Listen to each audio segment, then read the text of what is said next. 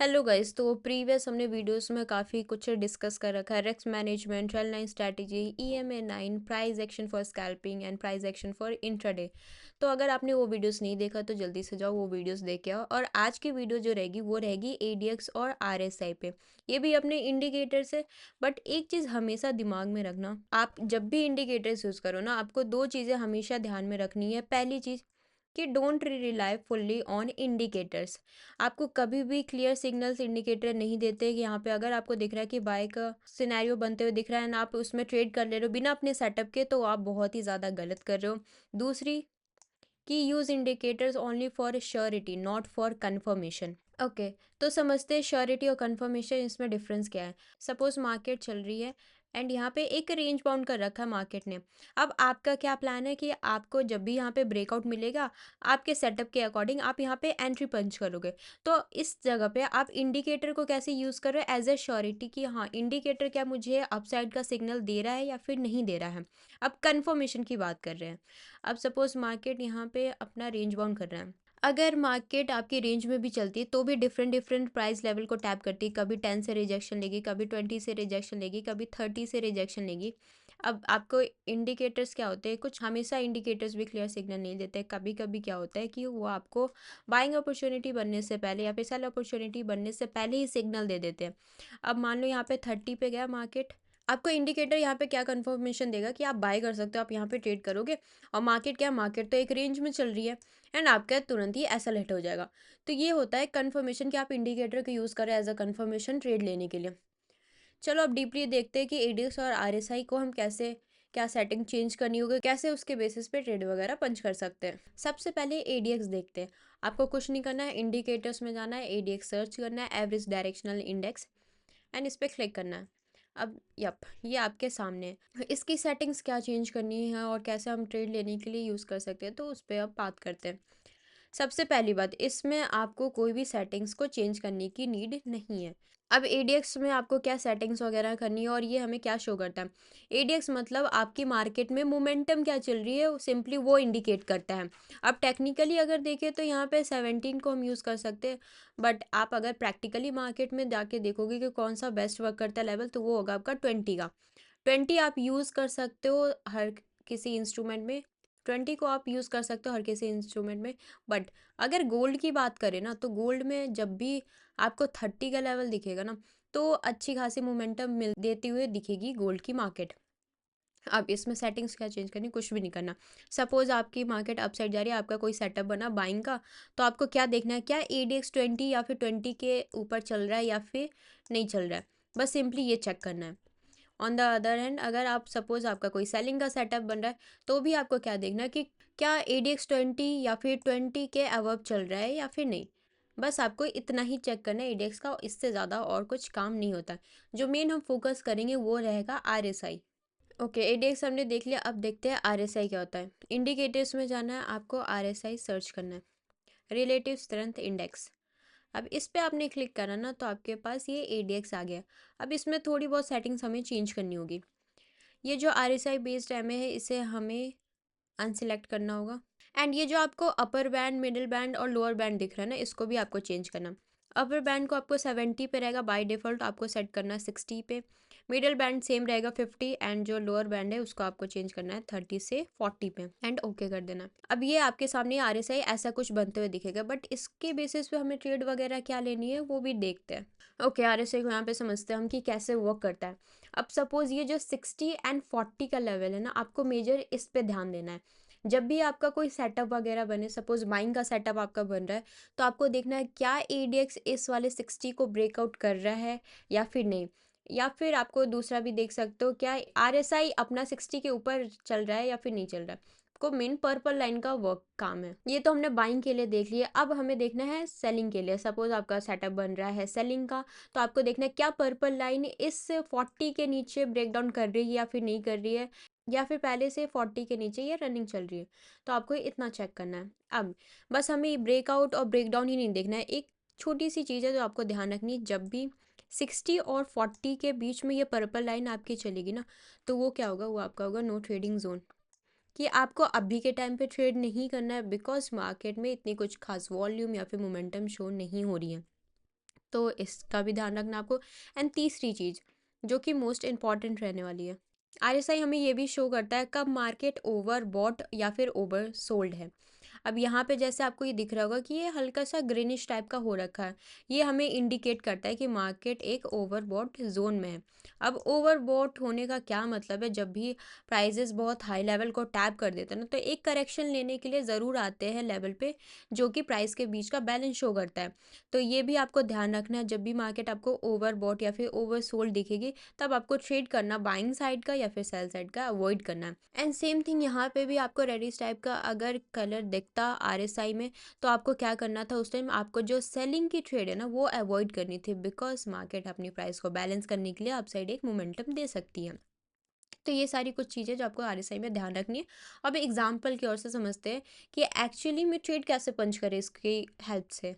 Okay, तो ये gold की चार्ट है एंड यहाँ पे कुछ ट्रेड्स है जो मैंने पंच भी करी थी एंड कुछ मैंने आरएसआई को समझाने के लिए यहाँ पे मार्क कर रखा है।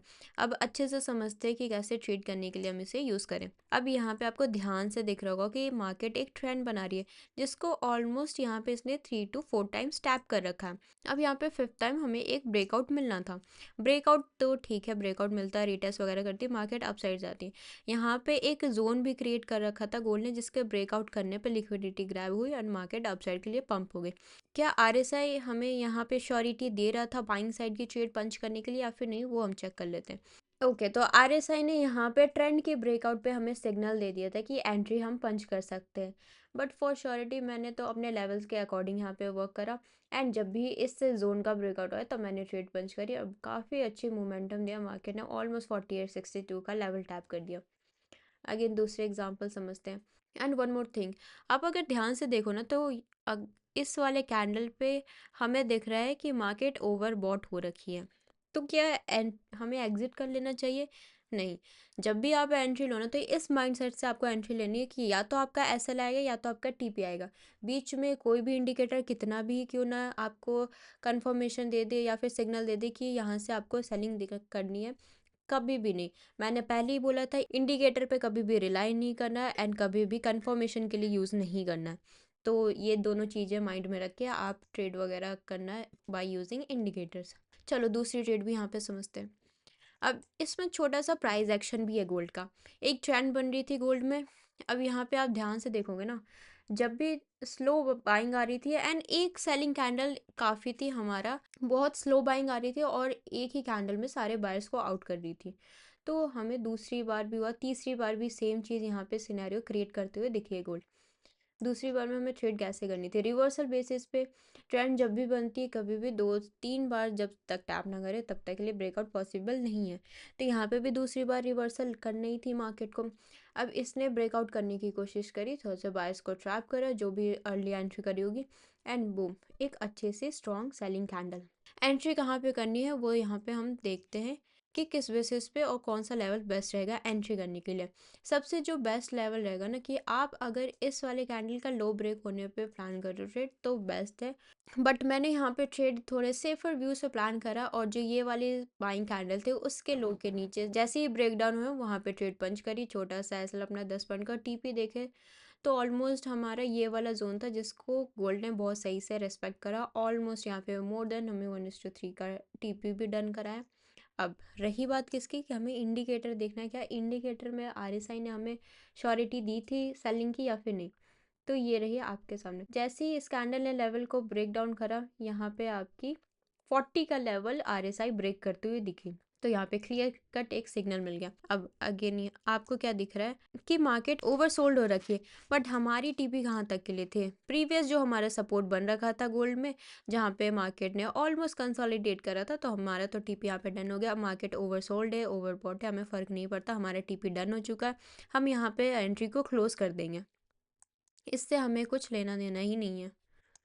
चलो और एग्जांपल्स देखते हैं। ओके, एक और एग्जांपल यहाँ पे देखते हैं। अब गोल्ड का एक नेचर है, सपोज कोई भी अपना रेजिस्टेंस एंड सपोर्ट है जिसको मल्टीपल टाइम्स गोल्ड वहाँ से रिजेक्शन ले रही है, तो ध्यान रखना उसके ब्रेकआउट पे एक अच्छी मोमेंटम फिक्स ही है। तो यहाँ पे भी मैंने उसी बेसिस पे एक ट्रेड प्लान करी थी, मार्केट कंसोलिडेट कर रही थी। अब ब्रेकआउट नो डाउट इन कैंडल में भी कर रही थी, but as a smart player, क्या आप यहाँ पे ट्रेड लोगे? एक हैमर कैंडल में आप ये एंट्री प्लान करोगे जो कि रिवर्सल का इंडिकेशन देती है? बिल्कुल भी नहीं। तो हमें क्या चाहिए, एक अच्छी खासी ग्रीन कैंडल क्लोज करे तो उसका हाई ब्रेक होते ही हम ट्रेड पंच करेंगे। तो मैंने भी वही वेट करा। जैसे ही यहाँ पे एक स्ट्रॉन्ग कैंडल दिखी, मैंने एंट्री पंच करी। एसएल सिंपली इनके स्विंग के नीचे रखा, जो कि लॉजिकल एसएल था। अब यहाँ पे मल्टीपल हमें एक फर्स्ट टीपी यहाँ पे बनती हुई दिखी, दूसरी टीपी यहाँ पे और फाइनल टीपी यहाँ पे। अब ये first TP, second TP, final TP का हमें क्या करना है? तो आप अगर ज़्यादा लॉट से ट्रेड कर रहे हो तो आप इस पे पार्शियल बुक कर सकते हो। फर्स्ट टीपी पे कुछ लॉट निकाल सकते हो, सेकंड टीपी पे कुछ लॉट निकाल सकते हो, एंड फाइनल टीपी पे पूरे लॉट को आप एग्जिट कर लो। अब इसमें हमें आरएसआई की हेल्प चाहिए। क्या आरएसआई यहाँ पे बाइंग का इंडिकेशन दे रहा है या फिर नहीं दे रहा? तो अगर आप यहाँ पे ध्यान से देखो तो आरएसआई पहले से ही बाइंग साइड के लिए चल रहा है। तो अगर आप यहाँ पे ध्यान से देखो तो आरएसआई ऑलरेडी 60 के लेवल के अबव चल रहा है। अब ये वाला जो जोन है वापस से यहाँ पे ओवरबॉट दिख रहा है, बट हमें क्या करना है, हमें तो अपना टी पे देखना है कि हमें लेवल्स जो मिल रहे हैं हमें तब एग्जिट करना है। तो ये ओवरबॉट का हमें कुछ भी नहीं करना है। हाँ, बट अब सपोज यहाँ पे पहले से अब हम एंट्री लेने का प्लान कर रहे हैं, अब तब हमें ये ओवरबॉट दिख रहा है ना। अब ये ओवरबॉट आपको दिक्कत क्या करेगा, जब आप फोमो में एंट्री करोगे कि मार्केट बाइंग साइड जा रही है एंड आप रैंडमली बीच में ट्रेड वगैरह पंच करोगे तो फिर दिक्कत वाली बात है। बट अपने सेटअप और रूल्स के अकॉर्डिंग आप ट्रेड करते हो तो यहाँ पे आपको सिंपली टीपी और एसएल पे ही निकलना है। और एग्जांपल्स देखते हैं। चलो ये लास्ट एग्जांपल है एक बढ़िया रिवर्सल बेसिस पे। अब गोल्ड का एक अच्छा खासा डिमांड जोन बन रखा था जहाँ से मार्केट बाइंग शो कर रही थी। तो आपको ट्रेड वगैरह कब लेनी है? सिंपली एक अच्छी स्ट्रॉन्ग कैंडल, यहाँ पे रिवर्सल कैंडल आपको दिख गई होगी, मार्केट ने फॉर्म करी है, एक हैमर बनाती हुई दिखी है। अब आपको अगर चाहिए तो आप इसके हाई को ब्रेक होती ही ट्रेड वगैरह पंच कर सकते हो, बट अगर आपको सेफर साइड रहना तो एक अच्छी खासी ग्रीन कैंडल की क्लोजिंग पे भी ट्रेड वगैरह प्लान कर सकते हो। तो मैंने कंफर्मेशन के लिए एक अच्छी ग्रीन कैंडल का वेट करा। यहाँ पे आरएसआई ने भी एक सिग्नल दे दिया हमें बाइंग साइड के लिए। तो काफ़ी अच्छी परफेक्ट ट्रेड सेटअप के साथ अगर आप इंडिकेटर्स का श्योरिटी लेते हो तो काफ़ी ट्रेड अच्छी बनेगी और आपको होल्ड करने में भी हेल्प करेगी। एंड ध्यान रखना again, don't rely fully on indicators, use your setup and rules. तो इस वीडियो के लिए इतना ही। अगर कुछ भी डाउट वगैरह होगी आप कमेंट सेक्शन में पूछ सकते हो, and I will see you guys on our next video. Thank you for watching.